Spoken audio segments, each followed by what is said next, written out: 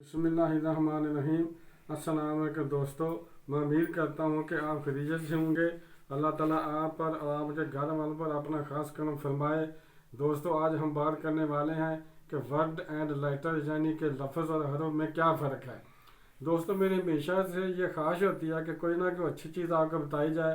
तो दोस्तों, शुरू करने से पहले आप मेरे चैनल को सब्सक्राइब कर दें और शेयर कर दें ताकि आने वाली मेरी अच्छी से अच्छी वीडियोज़ आपको मिलती रहें। तो दोस्तों, शुरू करते हैं जी। दोस्तों, अक्सर औकात में मैंने देखा है कि कई दोस्त लफ्ज़ की जगह हरफ को बोल जाते हैं और हरफ की जगह लफ्ज़ को बोल जाते हैं, और सुनने वाला दिल में ये सोच रहा होता है कि इसे ये भी नहीं पता कि लफ्ज़ और हरफ में क्या फ़र्क है।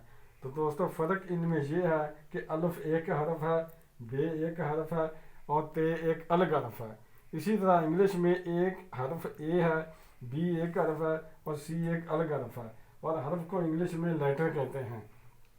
तो दोस्तों, लफ्ज़ जो है जिसे इंग्लिश में वर्ड कहते हैं, दो या दो से ज़्यादा हरूफ मिलकर एक लफ्ज़ बनाते हैं जो बामानी होता है।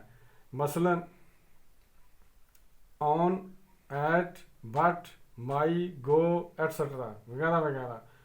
मगर दोस्तों, दो ऐसे हरूफ हैं जो एक हरफी लफ्ज़ हैं और फ़िक्रे के अंदर अकेले आएँ या बाहर अकेले आएँ तो अपना मानी मुकम्मल अदा करते हैं। वो ये हैं ए एंड आई। जैसा कि ए मैन एक आदमी, ए बॉय एक लड़का और आई का मतलब है मैं।